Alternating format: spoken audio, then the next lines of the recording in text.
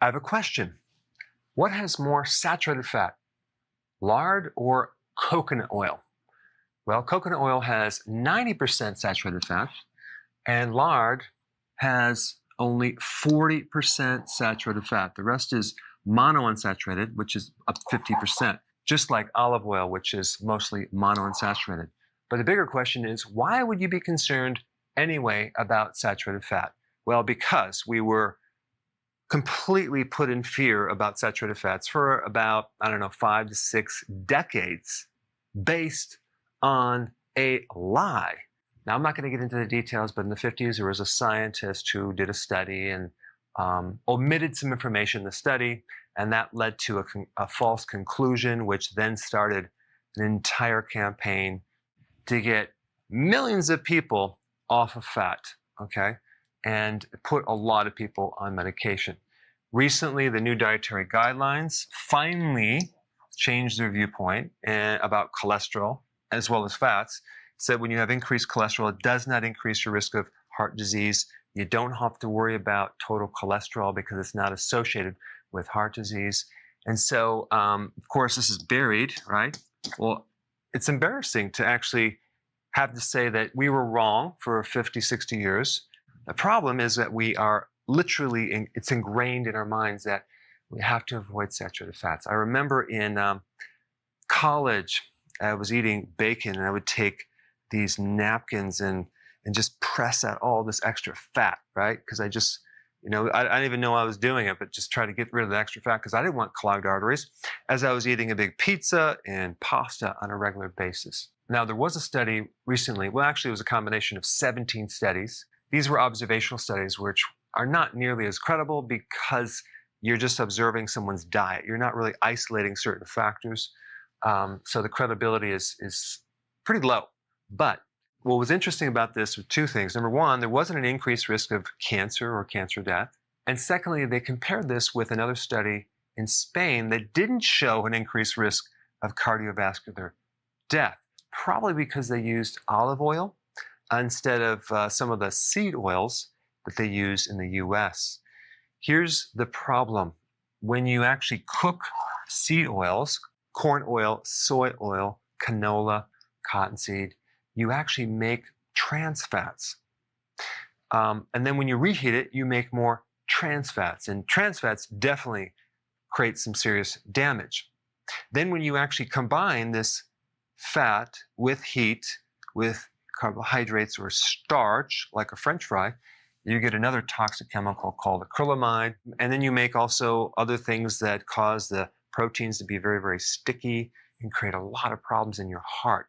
And so it's really not about the fried foods. It's about the type of oil and the combination of what you're frying and eating with that meal. Are you doing carbohydrates and sugar? Or are you just doing something fried that doesn't have that sugar? But the bottom line is I think it's going to take some time to literally unbrainwash people about this saturated fat not being the culprit, okay?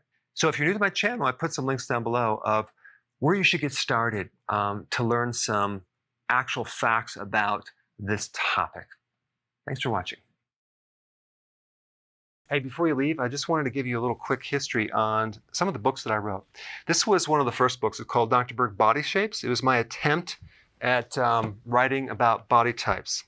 What was very interesting about this book is I actually did all the images myself. Don't ask me why. They look actually not quite as professional as some of the images that I have in the new book. But anyway, this is my first attempt right here called Dr. Berg's Body Shape Diets. And then I wrote a book more extensive called The 7 Principles of Fat Burning. I don't even have a copy anymore, actually, because it's outdated. The next book, I put about 1,000 hours into this one right here called The New Body Type Guide. Major updates on the body types. I put a lot of energy into this. It has professional images, graphics, all sorts of things. Now, the problem with this book is it doesn't really describe what this is really about. Body types are only a small portion of what's in this book.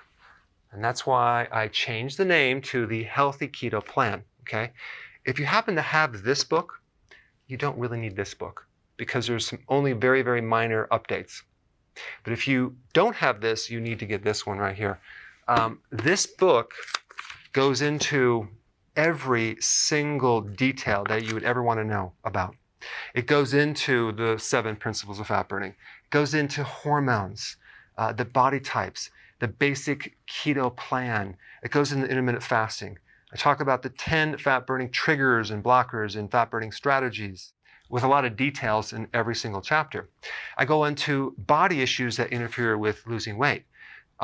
There's very few people that just have a weight problem. They have a lot of body issues, whether it's sleeping problems, stress problems, inflammation, menopause. I cover that extensively in this book. Then I talk about how to get rid of stress, and I show you a technique. Then I get into exercising. And then I have a lot of really good recipes in this book as well. So this is a good reference guide. On my website, if you get this book, you get this one free. It's called Healthy Keto and Intermittent Fasting. This is the shortcut, quick guide to this book. And the reason I created this book is to have you, within 45 minutes, learn how to do keto, okay, in intermittent fasting, exactly what you need to do.